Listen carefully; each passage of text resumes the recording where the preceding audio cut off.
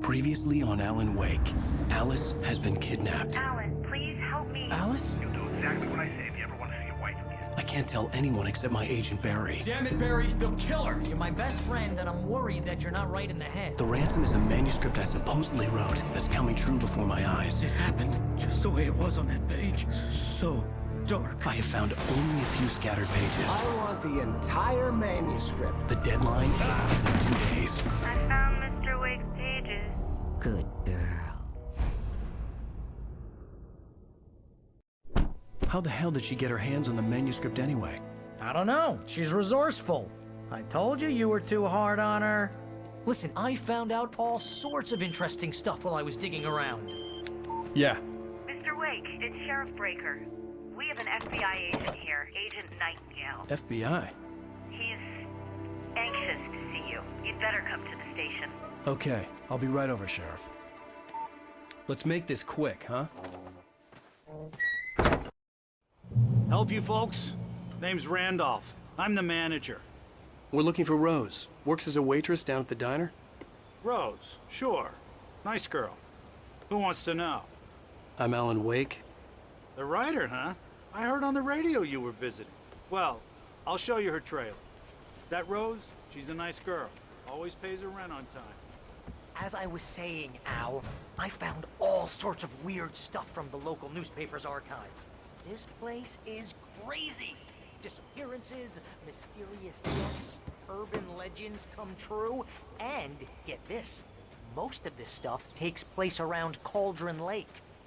Well, you ain't wrong, mister. The Indians thought the lake was a doorway to the underworld. I'm the God-fearing type myself. I don't hold with that sort of thing. Yeah, okay. Anyway, there was an island there owned by a guy called Thomas Zane. Now, some of the articles I found about him make him out to be a famous writer, but I ran a bunch of searches, couldn't find a single thing he wrote. Zane was heavily into diving, so much so that the place came to be called Diver's Isle. But the volcano under the lake erupted in 1970, and Zane went down with the island.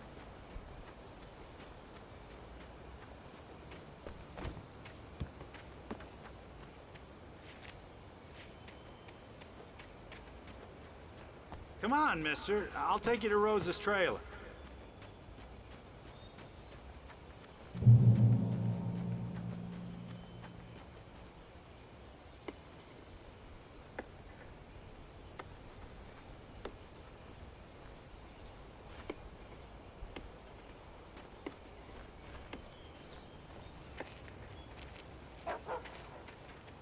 Yeah, how about that? It was there in the morning, as if it had fallen from the sky. But it would take a tornado to lift something like that. We're damn lucky it didn't crush any of the trailers.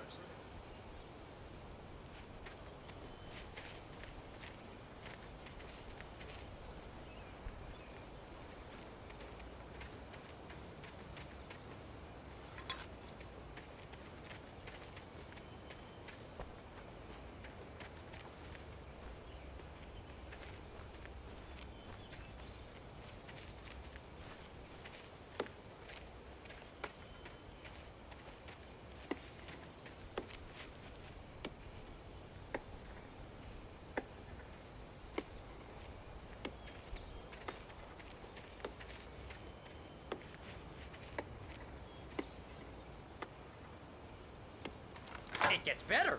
A local girl, Barbara Jagger, drowned in Cauldron Lake just a week earlier. They were lovers. Sure, Jagger's a local spook story. The Scratching Hag. Comes for you in the dark. Childish stuff like that. Anyway, Al, I'm just getting to the best part. All of the articles about this stuff were written by Cynthia Weaver. I asked around, and she's that crazy bag lady you met. What, the lamp lady? She can be a little loopy, but she's not homeless or anything.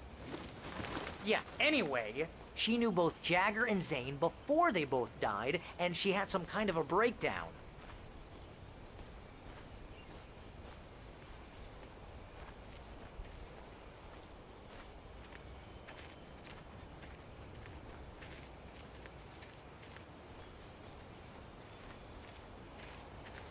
Well, mister, this here's Rose's trailer. You mind me asking what you want with her? We're just here to talk to her, pal.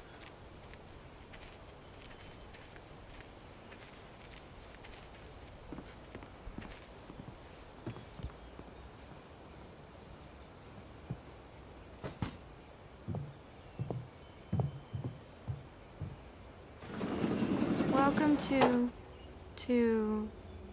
Oh dear, Mr. Wake. I'm so glad you're here. Rose, you have my manuscript? Oh. Oh yes. Yes. Please, come in.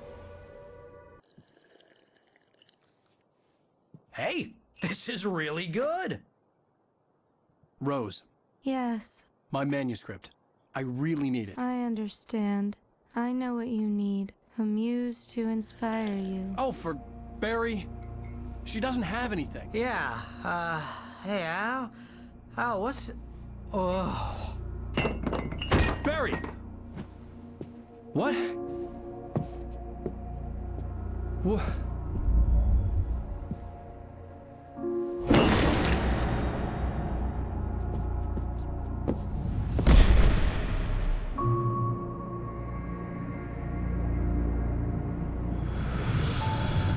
It's coming for you, hiding in my barber's skin.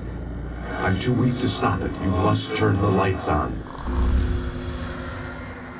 I promised I'd come visit you and your lovely wife. You must finish what you started. I insist. You must turn the lights on. Turn the light on. Back to work, boy.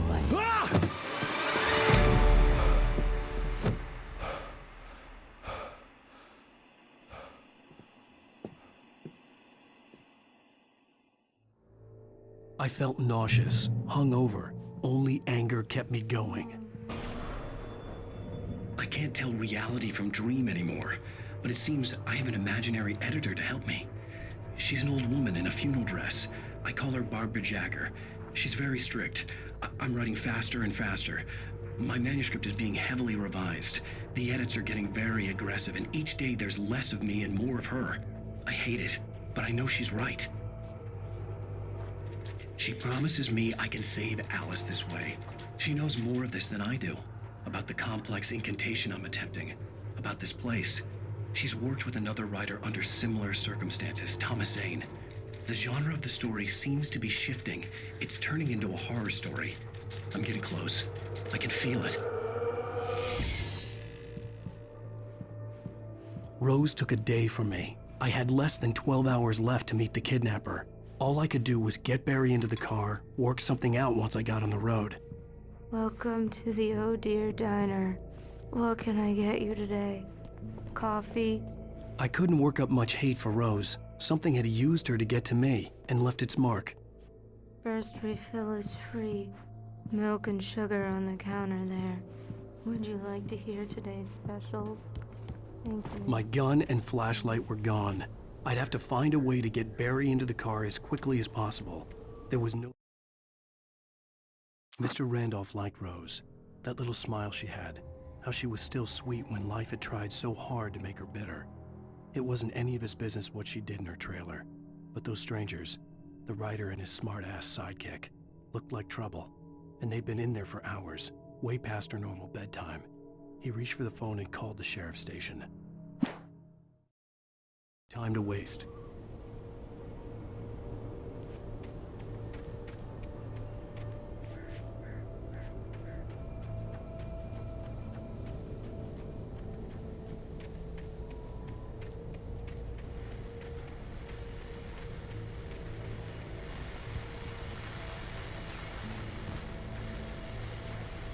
I just stepped outside to catch a breath of fresh air. Let me tell you, the weather's getting heavy. Nights like this make me especially glad I'm here talking to you and not home in bed. Once the weather takes a turn like this, I can't sleep at all. It's all tangled bed sheets and dark thoughts, punctuated by the occasional plunge into nightmare.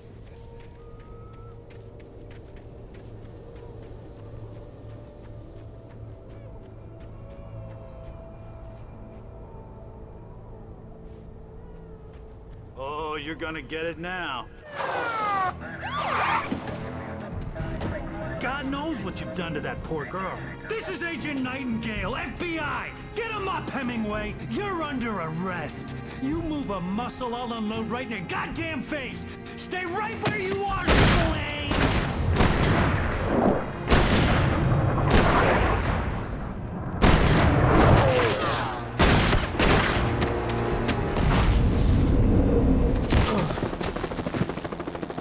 would I? I'm standing right here, you goddamn maniac!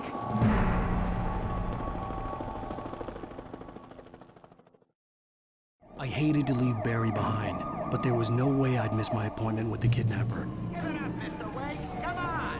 Take it easy on it.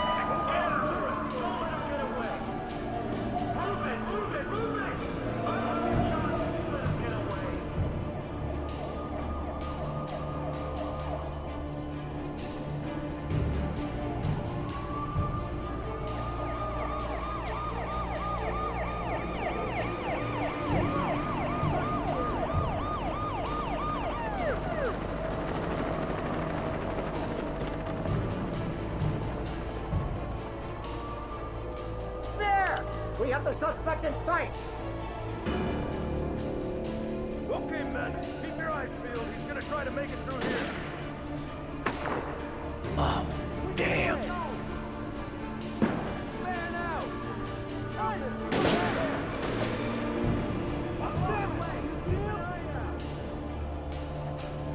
damn it! Where did he go?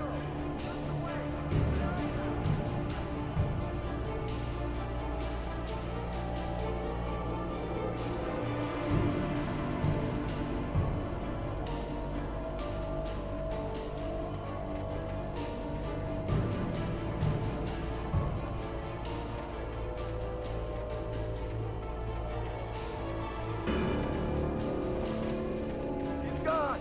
Come on, guys! We need to head him off! For decades, the darkness that wore Barbara Jagger's skin slept fitfully in the dark place that was its home and prison. It was hungry and in pain. It dreamed of its nights of glory when the poet's writing had called it from the depths and given it a brief, terrible taste of power and freedom.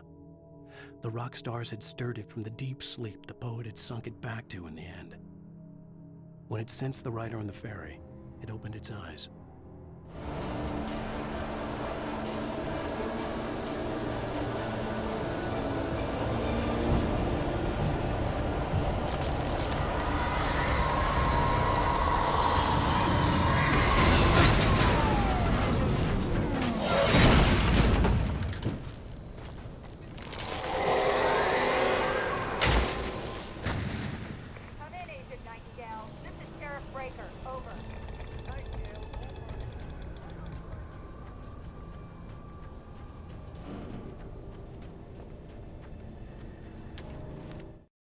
Rose didn't know how the strange old lady got in her trailer, and she looked wrong somehow. The woman showed her teeth in an approximation of a smile and traced a finger down Rose's cheek. "Pretty girl," she said. Rose felt as if she was falling asleep, but her knees didn't buckle. The crone spoke in a whisper, her words ice cold and dark in Rose's ear.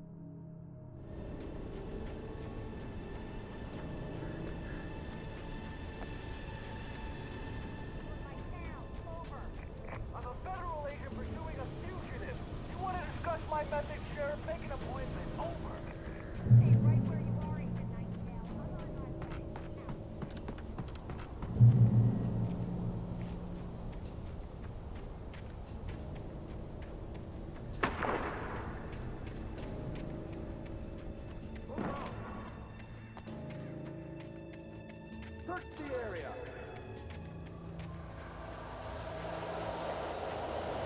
Stay sharp. This way. Over here.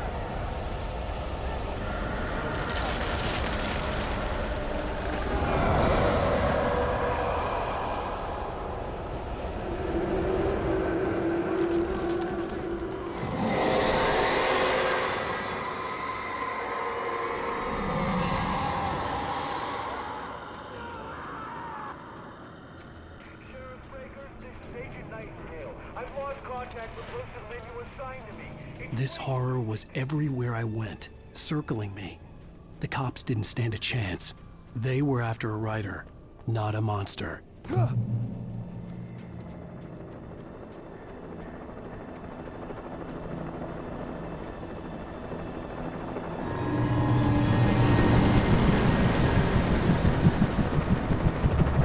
on the ground.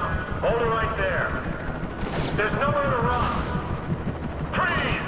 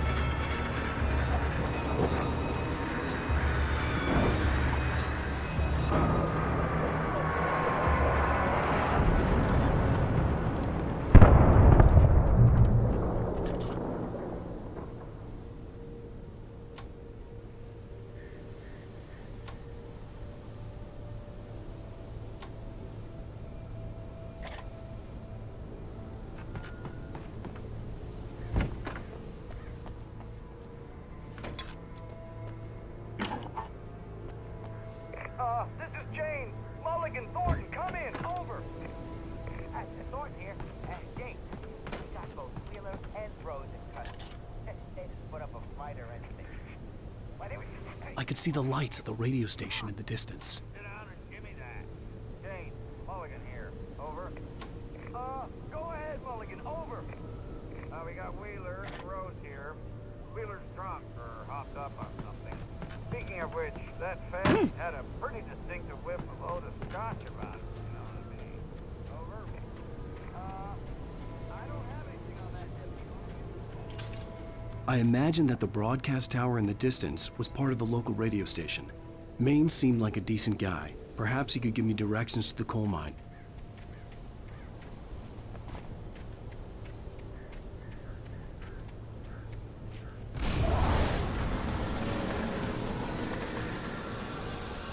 Unnatural shadows clung to the gate.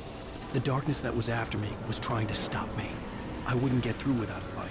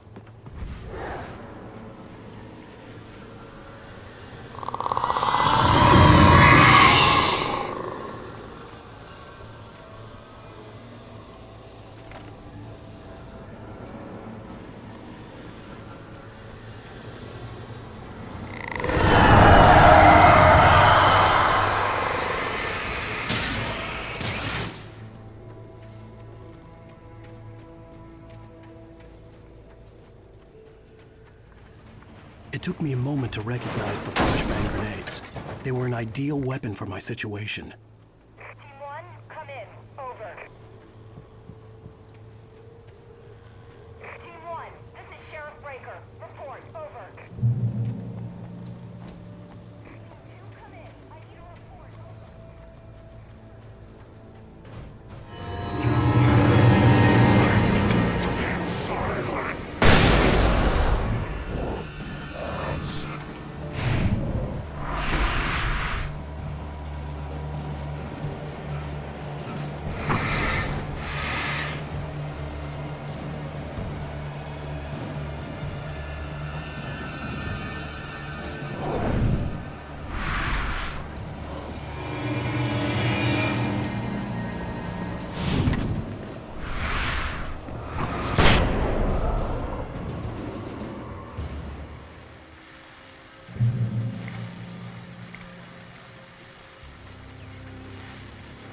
And here's another call. You're on KBF-FM with Pat Maine. It's Milt Peabody, Pat. What's on your mind, Milt? Well, I live near the trailer park, Pat, and there's a big ruckus going on over there. Well, that's just up the road from me, too. What's going on, do you know? I don't know, but there's a bunch of police cars there.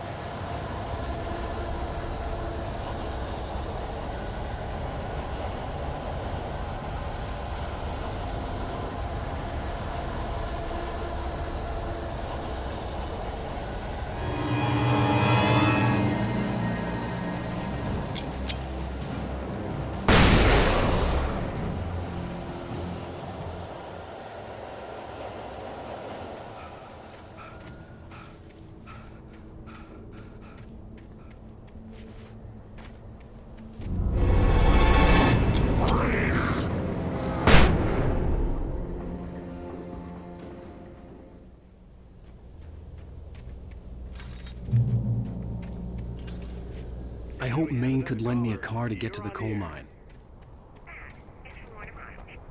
Why, hello, Lorna. What do you have for us?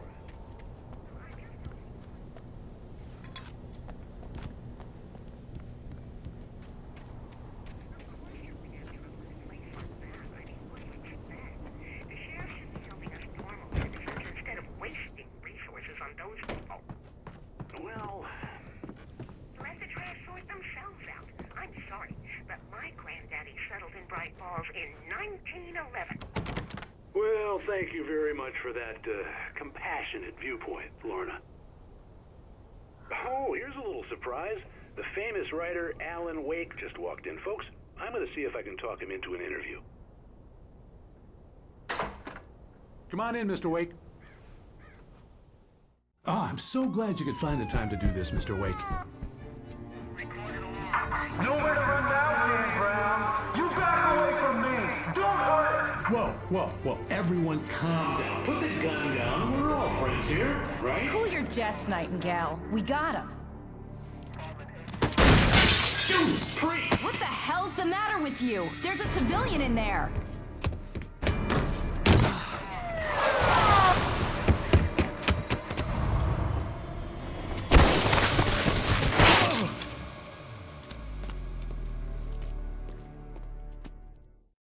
I'll get you yet, even if it kills me. You hear me? You hear me, H.P. Lovecraft? I had fallen off so many cliffs it was ridiculous. That's what you get for naming a book The Sudden Stop. It was probably good I hadn't had the chance to tell Maine where I was going. I'd have to lose the cops and find my own way to the mine. Nightingale stared through the broken studio window into the dark woods. He turned around, started to walk out, but Maine grabbed his arm. "Young man, you almost shot me. You don't shoot off rounds at people like that. What's the matter with you?" Nightingale shook his arm free, marched out. His cheeks burned with rage and humiliation.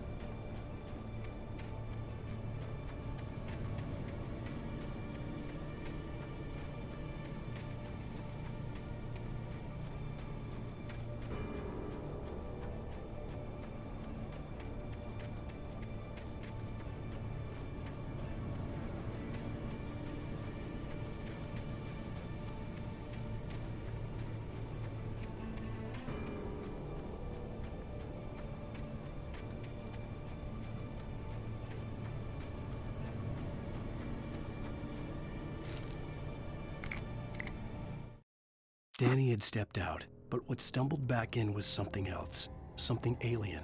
a monster. Walter tried to kill it, first with his fists, then a chair. It wouldn't die. Instead, it kept coming, unaffected by the beating it had taken. After Walter managed to kick it down the cellar stairs, fear took over. He ran, got behind the wheel, gunned the engine. The booze wouldn't make him forget, but he knew he had to try.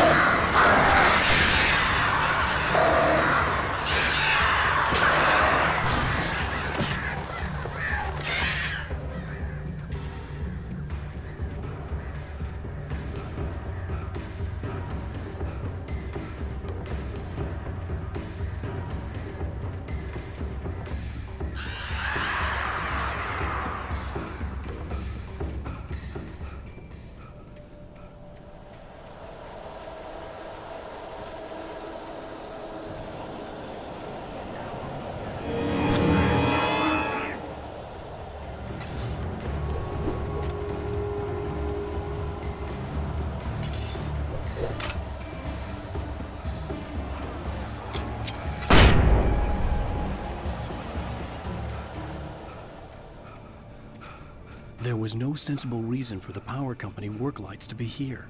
It was almost as if they'd been left for someone like me to use.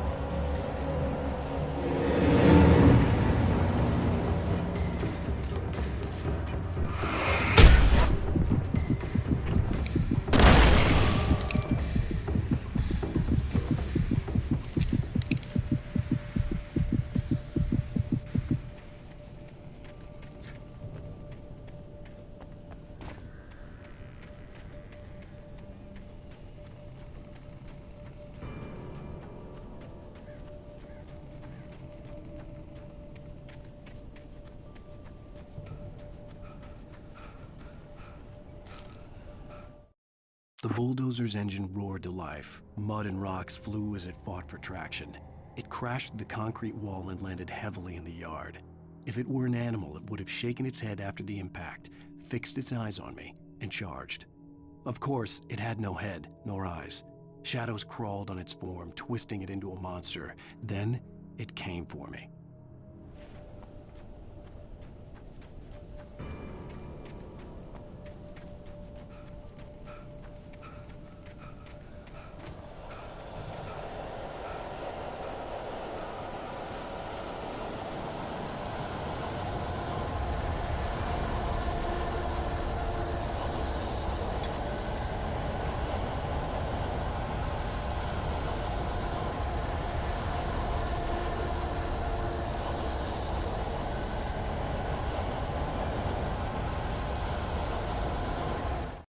Sarah trusted her gut, and her gut said Agent Nightingale was an asshole. He felt wrong, and it wasn't just the smell of stale booze. It was in the way he flashed his badge, pulled rank, the look in his eyes when he wanted answers. Where was Alan Wake? What was this about an accident? Where was his wife? And most importantly, why did she let Wake go? He wouldn't answer her questions. Federal business was all he'd say.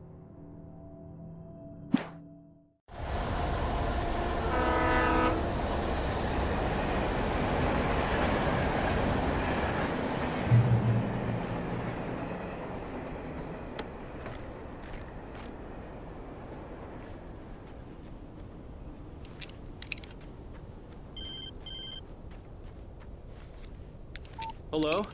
The most stubborn man I've ever met. Alice? Alice? Alan, I'm so afraid. He keeps me in the dark. Please help me.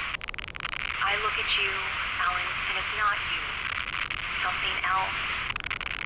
Looking out from behind your eyes. Alice, I'm here. I'm so alone here. It's all gonna go to hell. You need to be careful. Cooperate.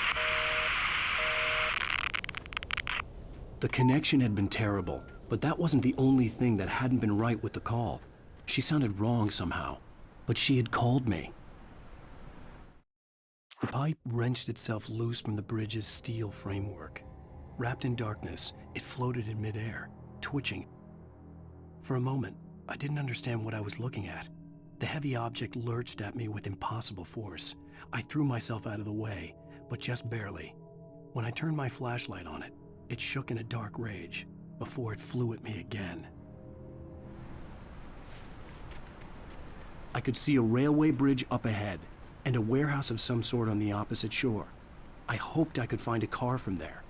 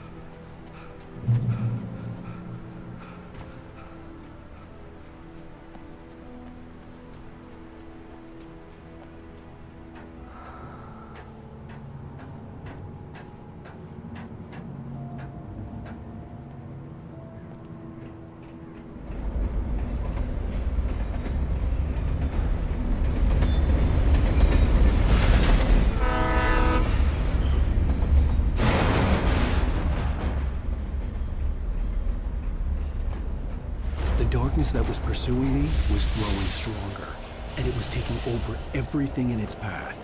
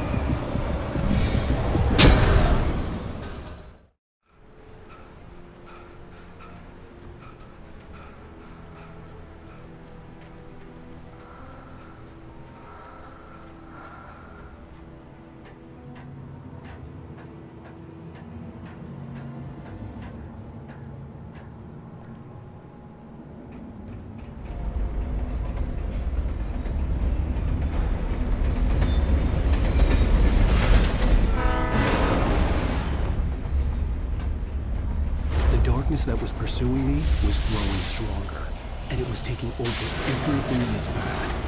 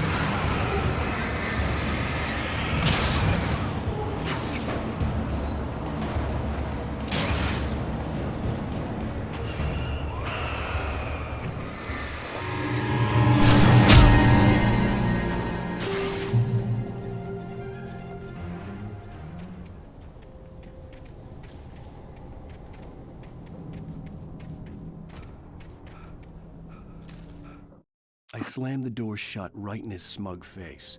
He pleaded for me to open the door. True to form, the asshole actually thought I would obey. I had no sympathy left, no guilt either, not for him. I took a moment to savor the scream. I bet I had a smile on my face. It was all that I had time for. The dark presence was inside the lodge with me. As a teenager, just starting to get interested in writing, Stephen King had been a source of inspiration to me. I thought about all the inanimate objects that had come to life in his books. No one is safe in a good horror story. Certainly not the protagonist. That's what makes them fun. This was anything but. The darkness could possess anything, and it was getting closer.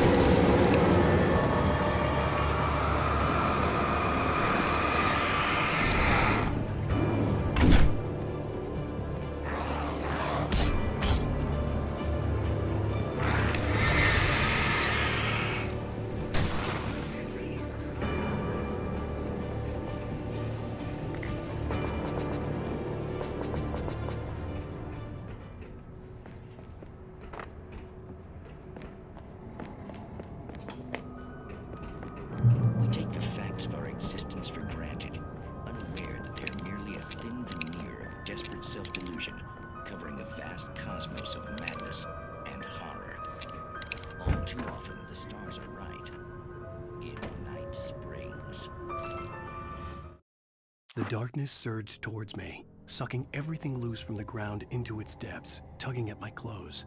I saw the flare the kidnapper had dropped and threw myself towards it just as I felt my feet leave the ground. The darkness embraced me with the force of a tornado. Somehow I managed to light the flare. The darkness roared and cast me away. I fell toward the dark waters of the lake far below. Tonight's episode of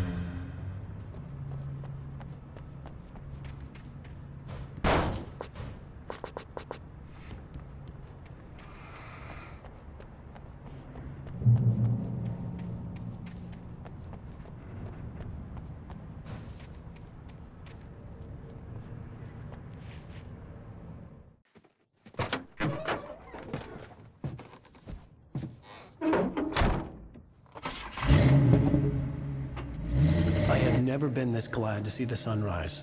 I had a couple of hours to get to the coal mine.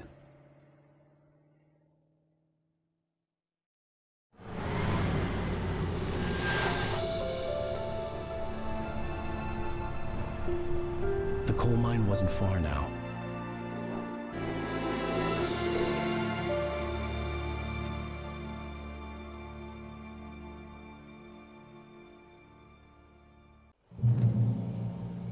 Today, I would meet the kidnapper, and he would give me Alice. I wouldn't give him any other choice. A drowning man will clutch at a straw.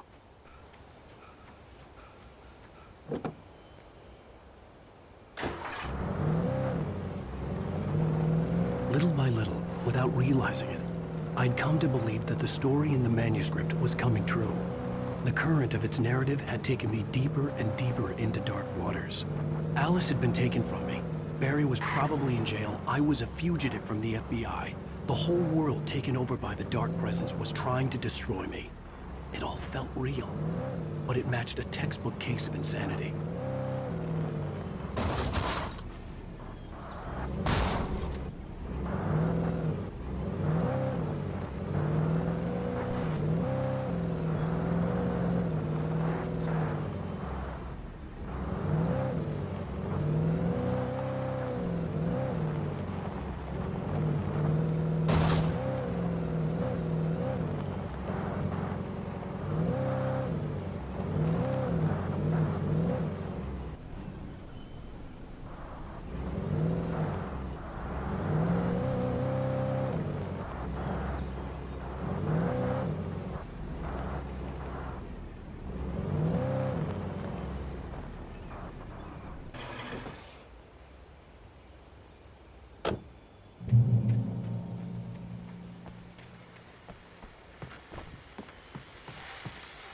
This is Pat Main, and you're listening to KBF-FM. Folks, I want to apologize for kind of abandoning you to that looping music track last night, but I was detained.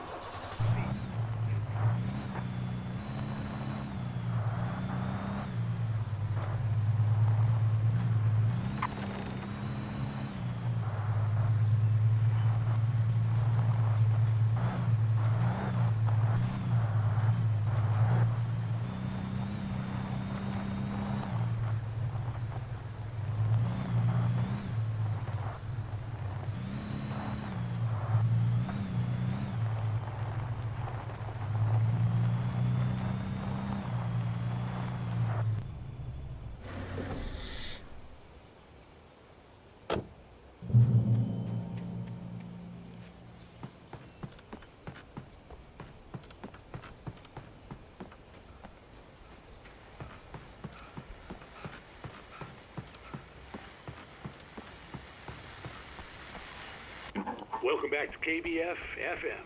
Hope you enjoyed that tune. Now, Doc, you were talking about life and finding that special someone, that soulmate. Well, you were talking about that. I was saying I don't buy it. Well, see, to me, that's strange, because I always...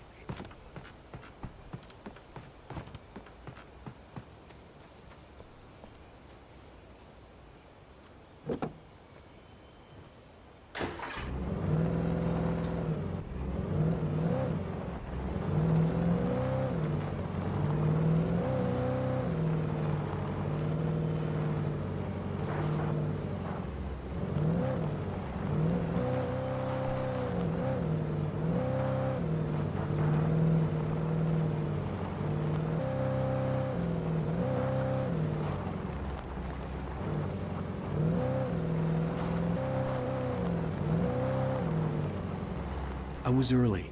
I was supposed to meet the kidnapper at noon in the main building. The coal mine was quiet. It was a museum now.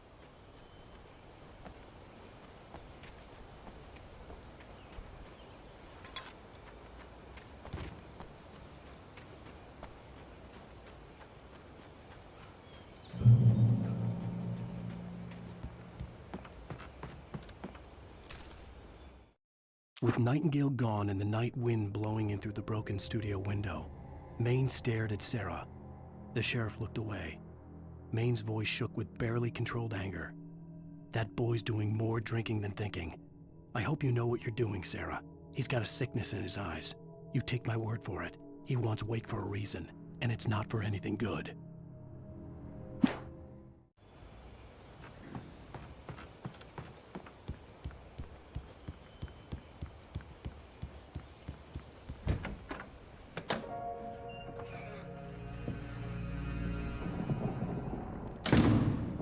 I didn't want to go outside. Cops had to be looking for me. The noon sun turned the place into a sauna. The day dragged on. Different scenarios ran through my mind. Ways of how I'd torture the kidnapper to get Alice back. Or the different horrible things he could have done to her. I imagined her dead. I had no way of knowing she was still alive. It was killing me. I was running on blind hope. It was all a waste of time. The bastard never showed up.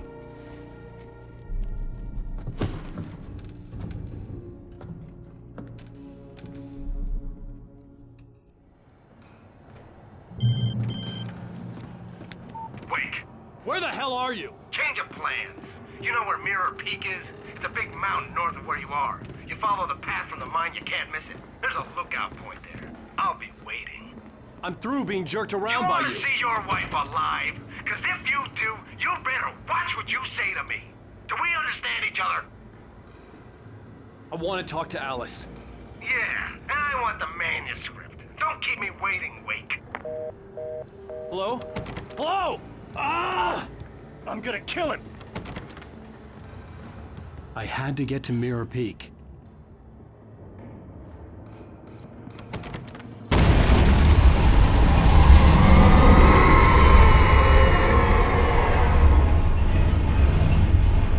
It was close. Maybe closer than ever before.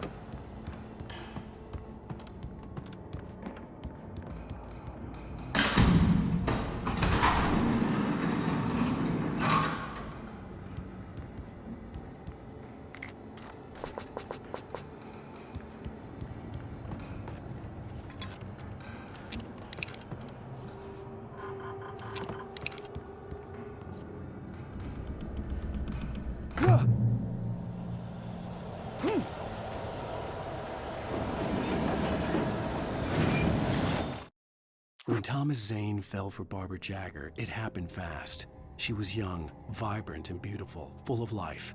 He had never been a very happy man, and without any seeming effort, she had changed all that. Zane felt good for the first time in his life. Everything she did was another piece of a jigsaw puzzle he hadn't even known he'd been missing. And best of all, she made the words flow, strong and sharp. She was his muse.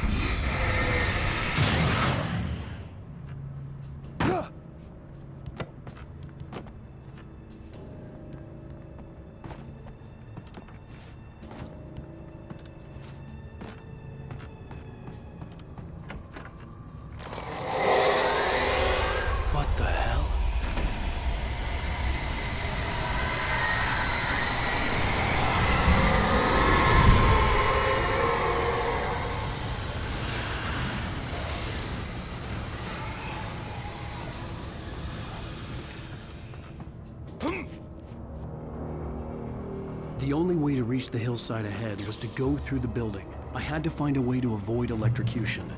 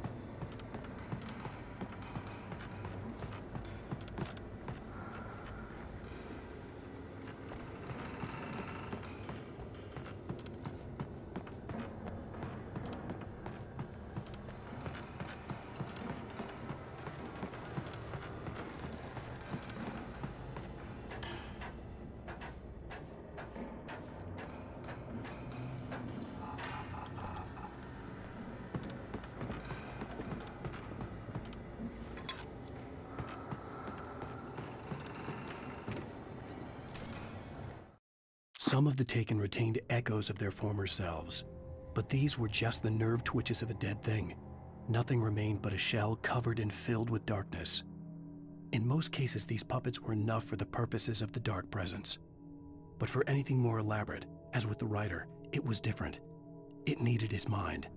And so rather than taking him over completely, it merely touched him.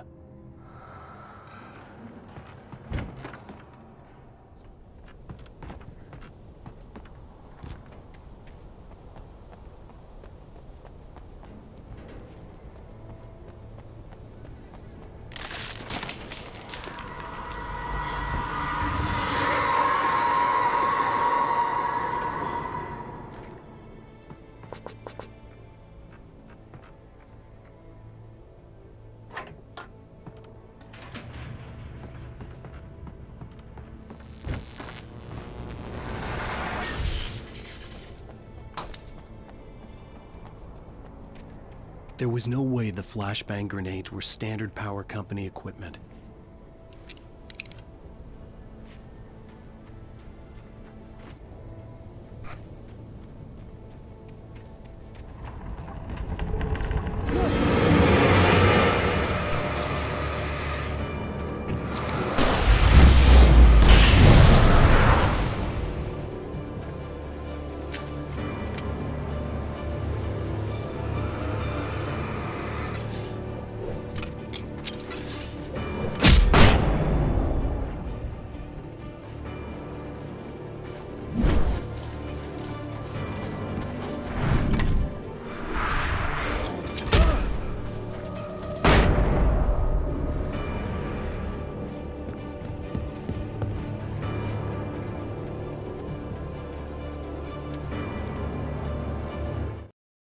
I stared through the bars of the jail cell. Barry stood behind me, swaying on his feet, looking as ill as I felt. Agent Nightingale stood on the other side of the bars with Sheriff Breaker. Nightingale had a stack of manuscript pages in his hand. He seemed unhinged as he gloated. "Well, I've got you now, Raymond Chandler. It's all here, all the evidence, including conspiracy to murder a federal agent."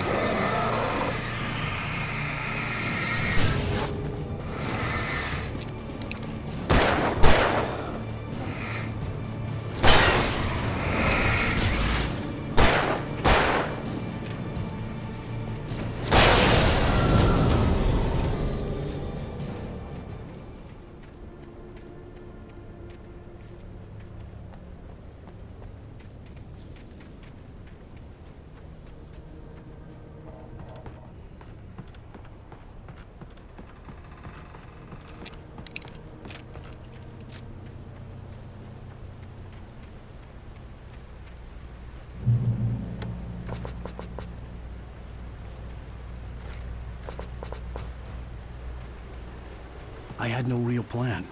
I was going to give the kidnapper all the manuscript pages I had for Alice. If that wasn't enough, I'd hold him at gunpoint and make him talk.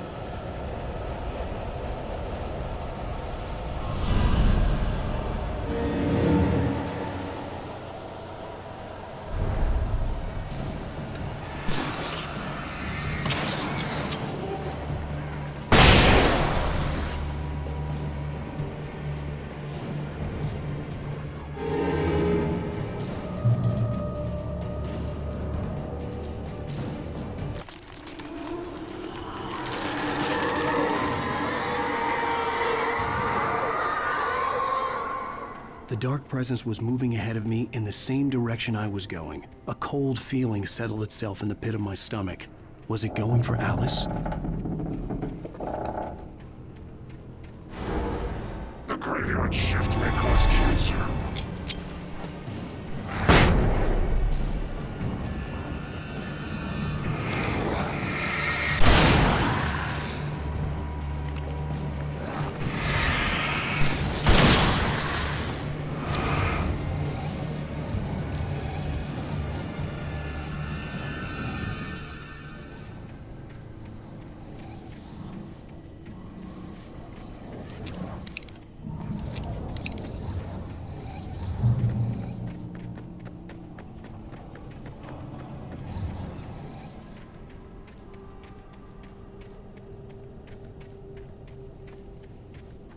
The place was dead, a ghost town.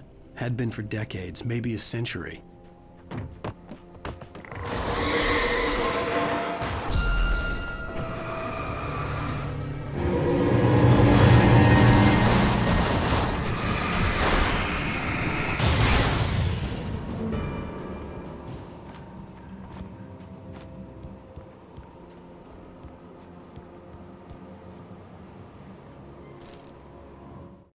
Things were never as simple in real life as in fiction. I had lost count of the times I had wished there'd be a clear reason for my writer's block. Something to fight, something to lash out on. There wasn't. I was filled with doubt. I was nothing like the hero in my books. Alex Casey had gone through his life with single-minded determination, never wavering from his goal. Even now, I was angry at myself, angry at Alice, angry at Barry. I was fumbling and I had no plan.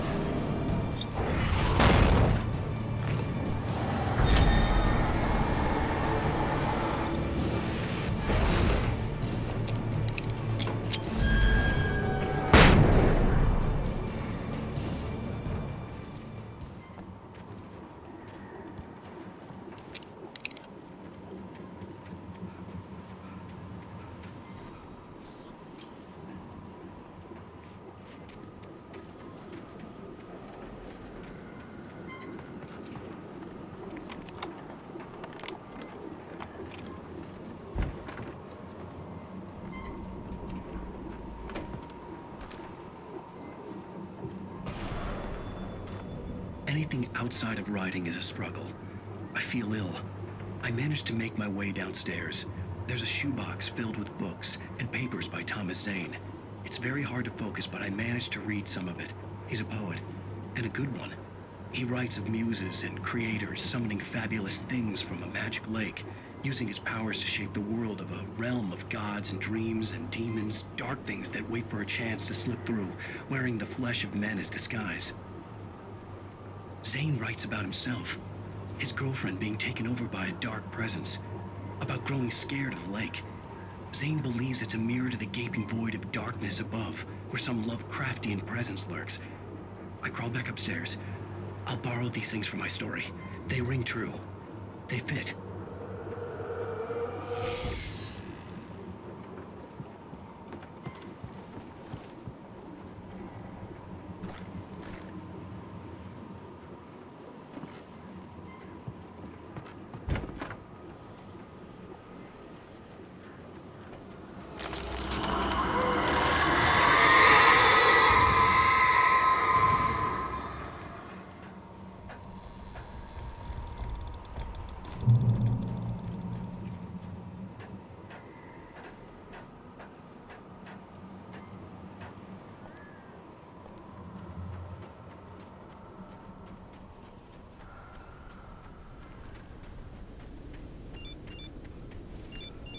The kidnapper had sent me a text. The message was full of spelling errors and insults. It was telling me to hurry up.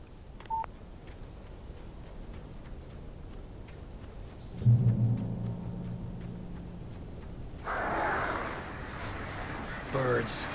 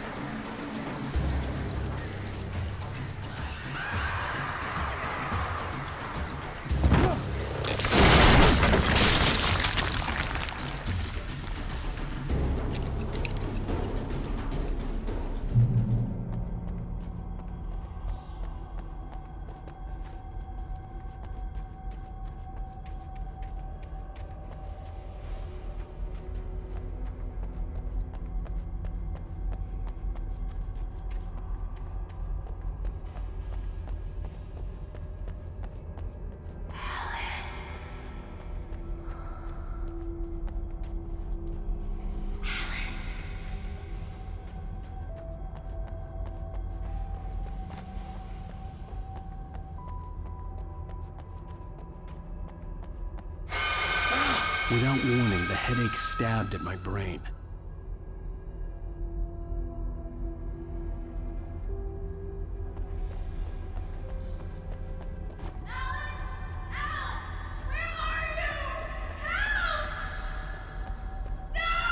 Alice?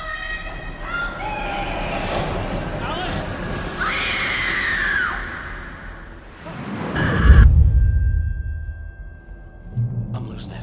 I gotta get out of here. The hunters were big, thick-set men, confident and at home in the woods. They were feeling good, running on beer, ghost stories, and camaraderie late into the night. It did them no good, as they were taken by the dark presence, sucked deep into a darkness far worse than any ghost story they ever told or heard.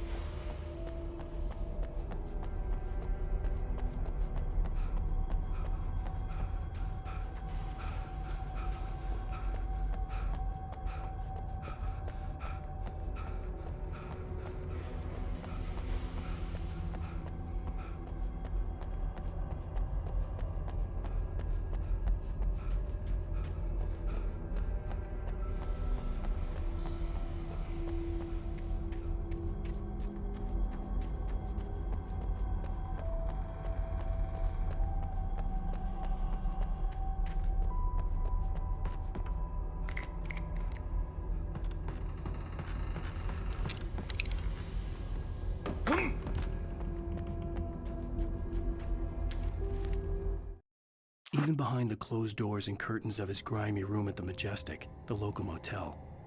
Nightingale could feel the locals' eyes on him, the unrelenting pressure of their judgment. He forced it out of his mind. For all he knew, they could all be under Wake's spell already. You do what you have to do to get the job done. He took comfort from the bottle in his hand. Please, he thought, just let me get through this.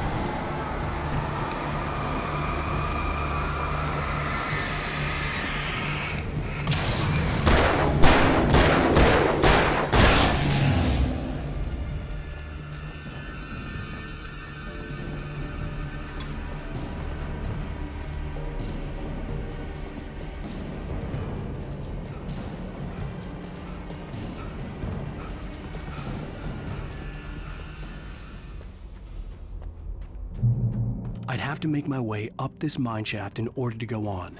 Maybe the machinery could help me with that.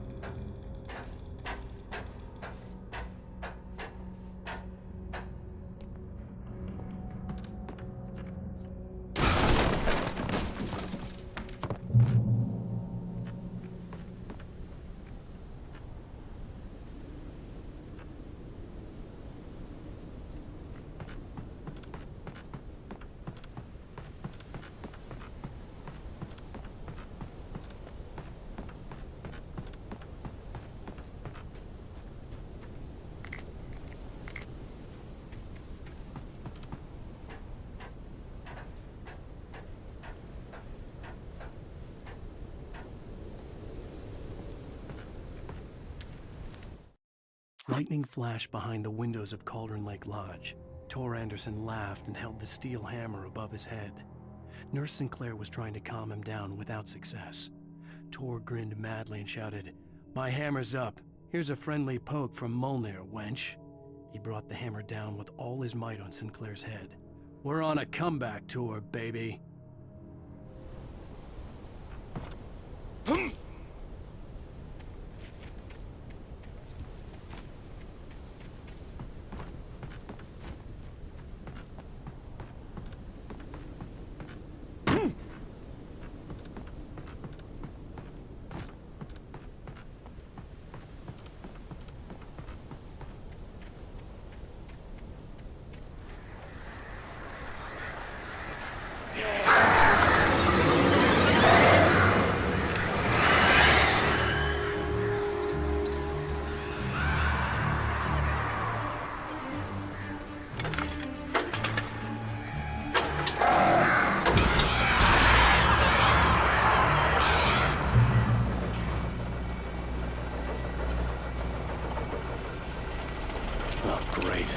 cable car. Just great.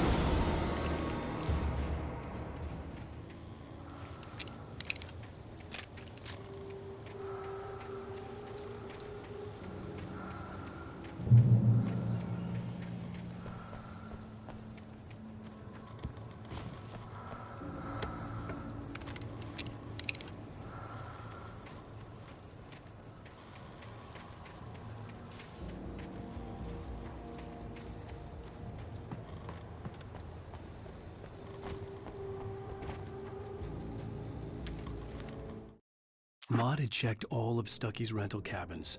There had been no sign of the Wakes. It was dark when he'd found their car parked at the end of the road by Cauldron Lake. It made no sense. They must have taken a wrong turn, but there was no sign of them, and the car had been there for hours already. Frustrated, Mott stood on the rotten ruin of the footbridge that had once led to Diver's Isle before it sank beneath the waves years ago. The boss wouldn't be happy.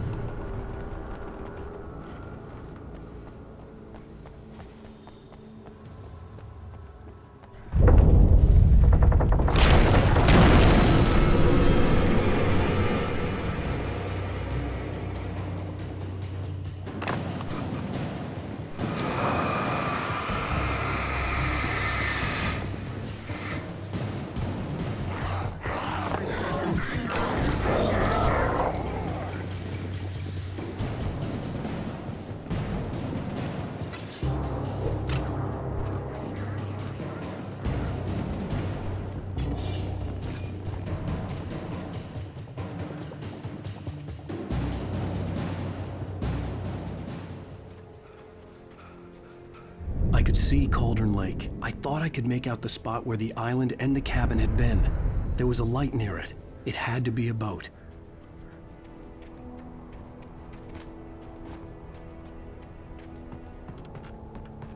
I was close now. I had to get there fast. I tried to hold on to Alice, but her form melted away. I was losing control. Dr. Hartman stood in her place. I wanted to hit him, but my arms were jelly. He smiled. It was a reassuring smile, and I hated him for it. I had to give you a sedative. Don't fight it. You went through another rough period. Right now, it's very important that you stay calm. We don't want you to have another episode. You're a patient at my clinic. Have been for a while now. I dreaded what I would find.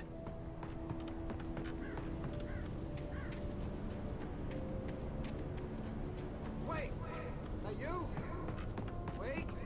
Hey, I'm here! I'm coming! No! Get away! Sorry. Please, late. The boss didn't know who he was messing with. I didn't know. I swear I didn't know. We don't have a wife.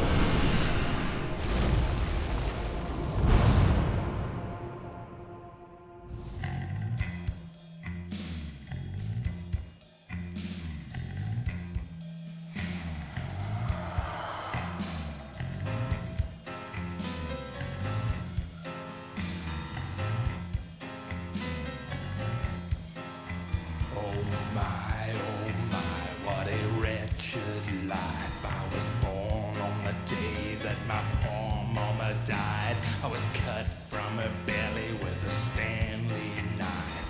My daddy did a jig.